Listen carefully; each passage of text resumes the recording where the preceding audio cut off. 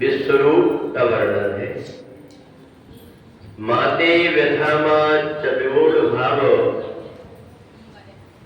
दृष्ट्वा रूपम घोरमीद्रंग मेलम व्यपेत भीप्रीत मनः पुनस्त्वं तदेव मे रूपमिदं प्रपश्य। भगवान ने संसार को प्रत्येक व्यक्ति का देखने का अलग अलग ढंग बताया। एक व्यक्ति संसार को अपना मान करके मकड़ी के जाला जैसे फंस करके उलझ जाता है, और एक व्यक्ति संसार को परमात्मा की लीला मान करके और उसका आनंद लेकर के अपने जीवन को सार्थक बना देता है। परमात्मा की कृपा जब जीवात्मा पर होती है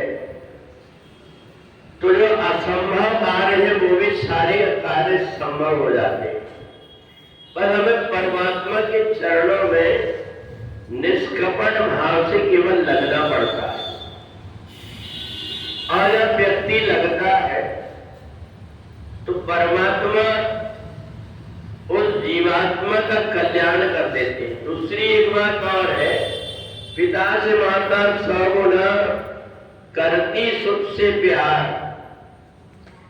जो माँ है वो पिता से ज्यादा प्रेम करती है, माता से हर 100 गुना।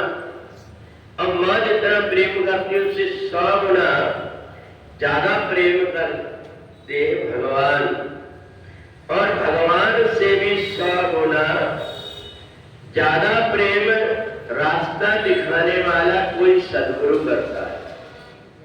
जीवात्मा को सत्युग वैद गुरु 3 जो प्रिय बोले मैं आस। जो मंत्री होता है, वैद्य होता है और गुरु होता है, उसको अगर कोई व्यक्ति रास्ता भटक रहा है तो उसको रास्ता बताना चाहिए, ये उसका कर्तव्य होता है।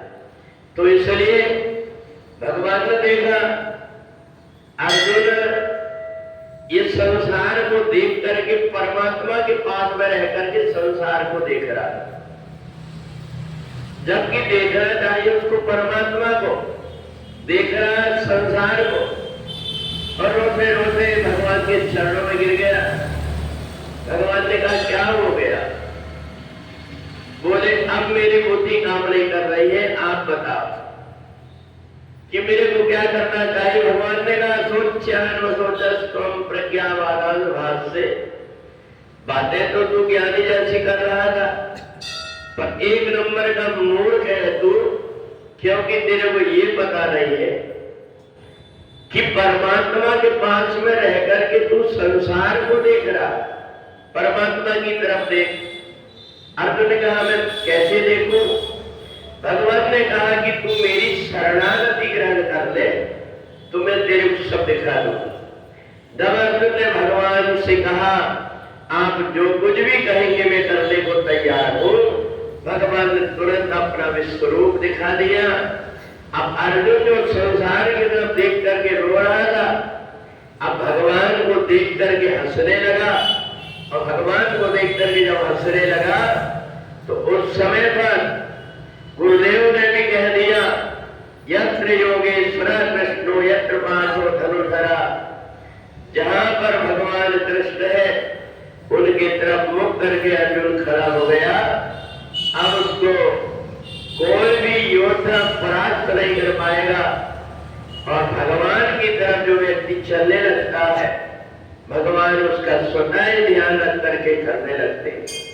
तो इसलिए 11वें अध्याय में भगवान ने अर्जुन ने जैसे ही शरणागति ग्रहण किया, हमारा ये मन, हमारी ये बुद्धि, मैं भी कुछ हूं, मैं भी इतना मूर्ख नहीं हूं, सब कुछ समझता हूं, ऐसे जिसके मन के अंदर विचार आते, या थोड़ा सा कहीं से कुछ रिद्धि सिद्धि मिल गई हो, थोड़ा सा ज्ञान प्राप्त कर लिया हो, और उस ज्ञान को पचा ना पा रहा हो, अभिमान हो गया हो, तो भी वो परमात्मा और रास्ता बताने वाले की बात न मान करके अपने मन की करके सो परत्र दुख पावही, बार बार वो पछताता।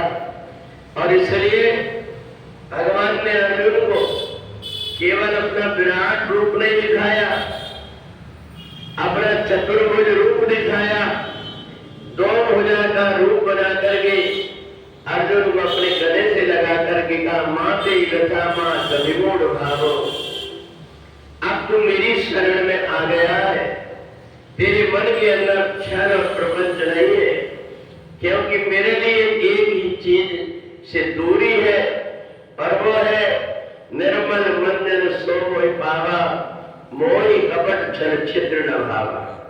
भगवान ने सारा बुद्ध ज्ञान अर्जुन को सिखा दिया, समझा दिया। अब अर्जुन को ये लगा कि ये सब कुछ करने कराने वाला कोई और है, मैं तो केवल निमित्त मात्र हूं। ऐसा मान करके जब कर्म करने लगा तो अपने आप 100 की सेना होकर के कौरवों की और 5 भाइयों ने परास्त करके और स्वर्ग जैसा सुख भोग करके अंत में स्वर्ग धाम को चले गए। तो इसलिए परमात्मा से जो व्यक्ति जुड़ करके रहता है उसको जीवन में सब कुछ मिल जाता है, और जो अभिमान से जुड़ जाता है उसको हर जगह गिरना पड़ता है। बोले वृंदावन बिहारी राम